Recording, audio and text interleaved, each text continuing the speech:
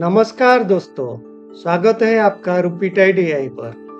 पिछली वीडियो में हमने प्रैक्टिकल सीखा था कि इंडेक्स में सपोर्ट और रेजिस्टेंस आइडेंटिफाई कैसे करते हैं। लेकिन एक बड़ा सवाल बचा हुआ था कि मार्केट क्या उन लेवल्स को हमेशा रिस्पेक्ट करेगा? जवाब है नहीं। कभी ना कभी मार्केट सपोर्ट या रेजिस्टेंस को तोड़ेगा।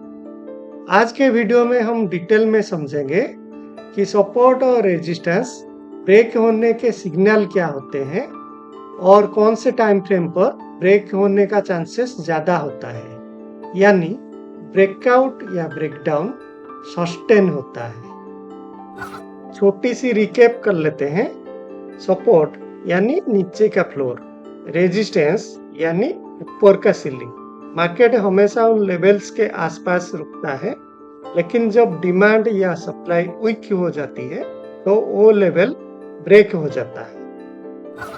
सपोर्ट या रेजिस्टेंस ब्रेक होने के पीछे कुछ रीजंस होते हैं। हमने उसे 3 कैटेगरी में डिवाइड किया है। पहला एक्यूमुलेशन और डिस्ट्रीब्यूशन, यानी मार्केट बहुत देर तक एक लेवल पर रुकता है और फिर एक तरफ मोमेंटम लेकर तोड़ता है। दूसरा न्यूज एंड इवेंट्स, मतलब budget, RBI policy, global close के वजह से सडन ब्रेकआउट आता है। तीसरा वॉल्यूम प्रेशर, जब एक तरफ ट्रेड काफी हेवी हो जाता है तो दूसरी तरफ के लेवल ब्रेक हो जाता है।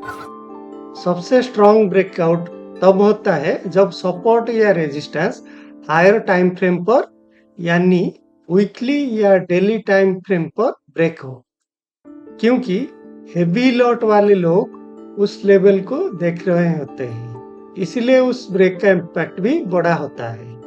अगर निफ्टी डेली चार्ट पर 23,500 तोड़ता है तो उसका इम्पैक्ट इंट्राडे से लेके स्विंग ट्रेडिंग तक दिखेगा।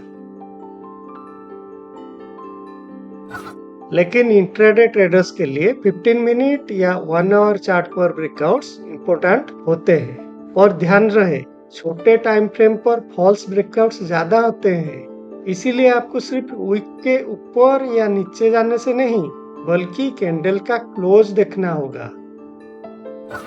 कॉन्फर्म कैसे करें?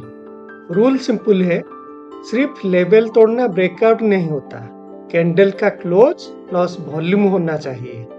अगर डेली चार्ट पर स्ट्रॉन्ग वॉल्यूम के साथ क्लोज आता है तो ब्रेकआउट कॉन्फर्म होता है। और लोअर टाइम फ्रेम पर अगर 15 मिनट में ब्रेक हुआ लेकिन डेली क्लोज के टाइम तक सस्टेन नहीं हुआ तो उसे फेक ब्रेकआउट मानोगे।